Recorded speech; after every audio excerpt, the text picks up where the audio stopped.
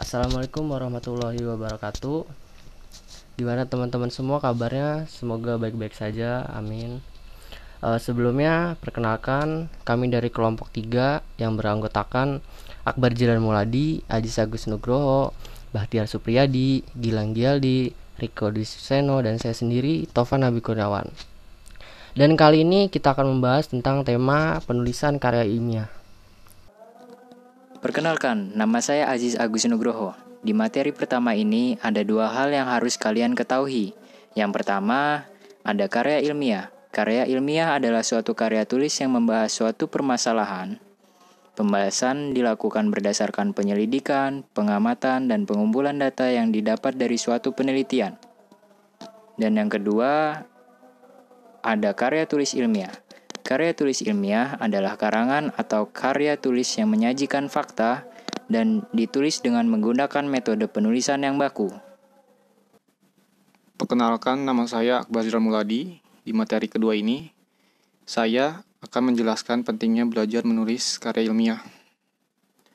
Sebagai hasil penelitian atau kegiatan ilmiah, setiap karangan ilmiah mengandung komponen adanya masalah yang menjadi topik karangan ilmiah itu. Adanya tujuan penelitian, metode penelitian, teori yang dianut, objek penelitian, instrumen yang digunakan, dan adanya hasil penelitian yang diperoleh. Setelah kaidah ditemukan dan dirumuskan, kegiatan penelitian harus diwujudkan dalam bentuk laporan. Hal ini dimaksudkan karena sasaran akhir penelitian adalah mengkomunikasikan hasil penelitian pada halayak terkait. Oleh karena itu, menulis laporan merupakan tahap akhir yang penting dalam penelitian. Karena menulis laporan merupakan proses komunikasi yang membutuhkan adanya pengertian yang sama antara penulis dan pembaca. Perkenalkan, nama saya Gilang Gialdi. Di materi yang ketiga ini, saya akan menjelaskan tentang komponen karya ilmiah. Yang pertama, saya akan menjelaskan tentang masalah penelitian. Berkaitan dengan masalah penelitian, yang dibahas mencakup hakikat masalah, cara mencari masalah, identifikasi masalah, pembatasan masalah, dan rumusan masalah.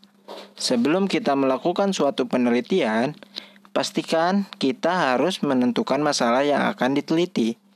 Masalah dapat dipahami atau diartikan sebagai tak adanya keadaan, kejadian, atau peristiwa yang perlu untuk dipecahkan.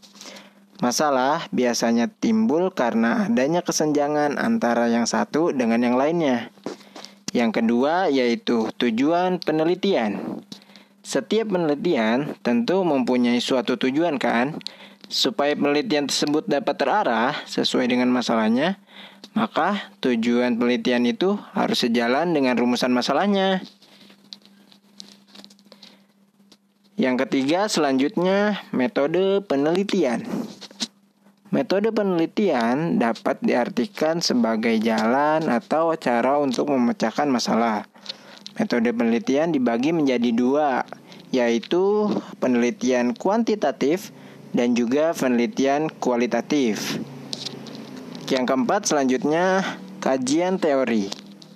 Setelah masalah penelitian dirumuskan dan tujuan penelitian ditetapkan, maka harus dilanjutkan dengan kajian teori yang relevan dengan masalah dan tujuan penelitian.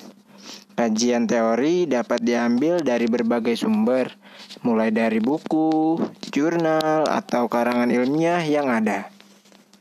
Terakhir yang kelima yaitu hasil penelitian. Dalam penelitian kuantitatif, hasil penelitiannya berupa hasil perhitungan statistik terhadap variabel-variabel yang diteliti.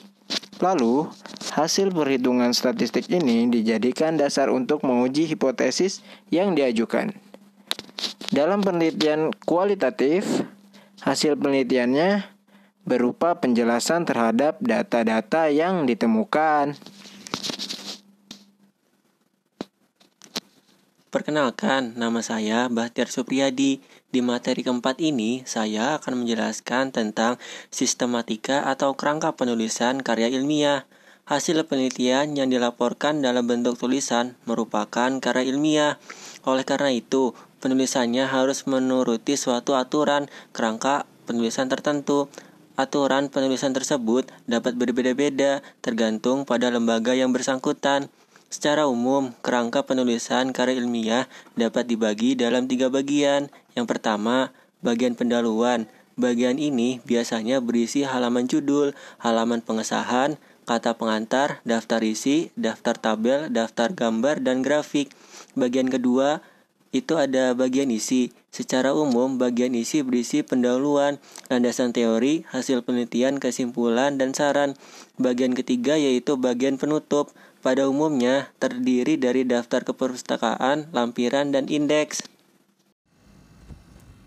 Baik, saya Riko Dusiseno akan melanjutkan presentasi apa yang dijelaskan oleh sebelumnya. Syarat penulisan karya ilmiah yang baik.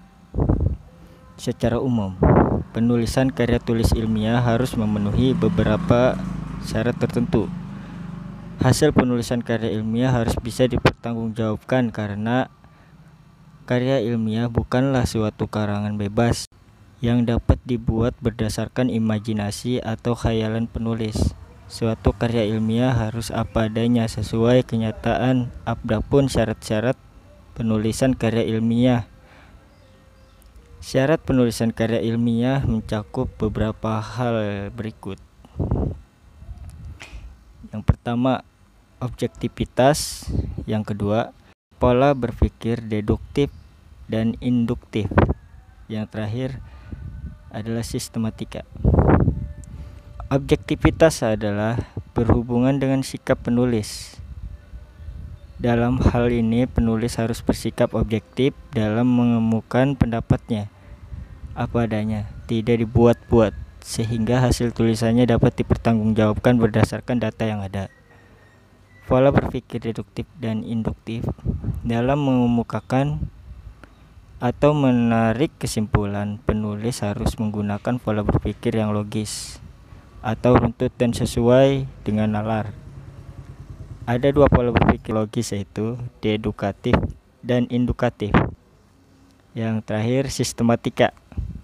Karya tulis ilmiah harus disusun secara sistematika, artinya menuruti alur pemahaman yang runtut dari masalah sampai pada kesimpulan. Saya Tovan Nabi Kurniawan akan melanjutkan dari presentasi sebelumnya. Bentuk-bentuk karya tulis ilmiah. 1. Makalah. Makalah adalah salah satu jenis karya tulis ilmiah yang membahas tentang suatu tema tertentu yang tercakup dalam ruang lingkup suatu perkuliahan. 2. Skripsi. Pengertian skripsi adalah karya tulis ilmiah yang berdasarkan hasil dari penelitian lapangan atau studi kepustakaan yang disusun oleh mahasiswa sesuai dengan bidang studinya sebagai tugas akhir dalam studi formalnya, akademik, dalam sebuah perguruan tinggi. Tesis. Tesis adalah karya ilmiah yang menyajikan temuan baru dengan melakukan penelitian sendiri. Tesis ini juga adalah tulisan yang lebih mendetail daripada skripsi.